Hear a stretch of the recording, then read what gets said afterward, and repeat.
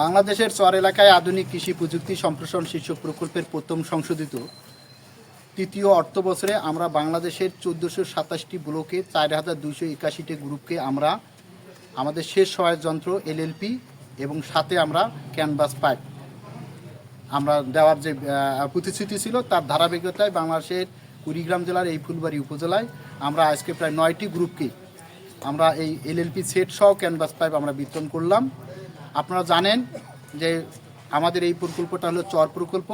এখানে আমাদের যে ড্রাই সিজনে আমাদের পানি স্বল্পতার কারণে ফসলের যে ব্যাপক যে একটা ঘাটতি থাকে পানির, সেই ঘাটতি লাঘব করার জন্য আমাদের এই প্রকল্প আপনাদের প্রতিটি গ্রুপ, বিশেষ করে 30 জনের গ্রুপ, যেখানে 10 জন মহিলা 20 জন পুরুষ থাকবেন, সেই গ্রুপকে আমরা কিন্তু আমাদের এই এলএলপি সেট সব আমাদের এই ক্যানভাস পাইপ, বিশেষ করে 1000 ফিট ক্যানভাস পাইপ আমরা যেখান থেকে আমরা 1000 দূরত্বের পানি আমাদের ফসলের ক্ষেত্রে দিতে পারি, সেটার আমরা সার্বিক যে সহযোগিতা এই প্রকল্প দিচ্ছি।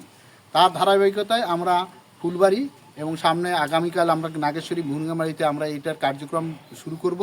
তো আমি মনে করি আমাদের যেহেতু এই ফুলবাড়ি উপজেলায় বিশেষ করে 9টি গ্রুপকে আমরা এইবার 9টি মেশিন সেট দিচ্ছি, কিন্তু আমার মানে এটা সামনের দিনে আমার প্রত্যাশা থাকবে যে আমরা শুধু এই এলাকায় না, আমরা যে এখানে 27টা গ্রুপ আছে, এই 27টা গ্রুপকেই আমরা এই মেশিনগুলো বিতরণ করব পর্যায়ক্রমে। তো আমি মনে করি এখানে যেহেতু আমাদের কিছু কিষানি ভাই বোনেরা আছেন, তারা এই মৌসুম থেকে আমাদের এই মেশিনগুলো ব্যবহারের একটা সুযোগ পাবেন। এবং সেক্ষেত্রে আমরা চাই যে চর এলাকায় মানুষের যে পানির স্বল্পতা কারণে যে এখানকার চরের ফসলের যে ভেজিটেটিভ গ্রোথের যে প্রবলেম, এই প্রবলেমটা যাতে আমরা সহসায় ওভারকাম হতে পারি, এবং সেই সঙ্গে আমাদের যে শস্য নিবিড়তা, ফসলের উৎপাদন বৃদ্ধি, আধুনিক ও উন্নত প্রযুক্তির যে ব্যবহার, এই প্রকল্পের মাধ্যমে আমরা একটা বিশাল ম্যান্ডেট নিয়ে আমরা 2028 জুন পর্যন্ত আমরা এই প্রকল্পটা চলমান থাকবে।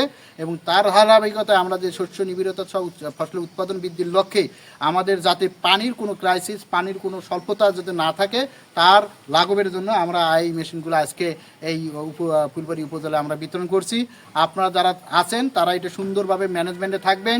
এখানকার গ্রুপের আমরা একটা কমিটি করা আছে, এই কমিটির মাধ্যমে আমরা এই মেশিনটা সুরক্ষিত রাখবো। আমাদের মাঠ পর্যায়ে উপসহকারী কৃষি অফিসার আছেন, তারা এগুলো দেখভাল করবে। আমাদের সার্বিক মনিটরিং করবে উপজেলা কৃষি অফিসার, যার নিখুঁত তত্ত্বাবধানে আমাদের যে চরের যে ম্যান্ডেট, এই চরের ম্যান্ডেটকে আমরা বাস্তবে আমরা যাতে কার্যকর করতে পারি।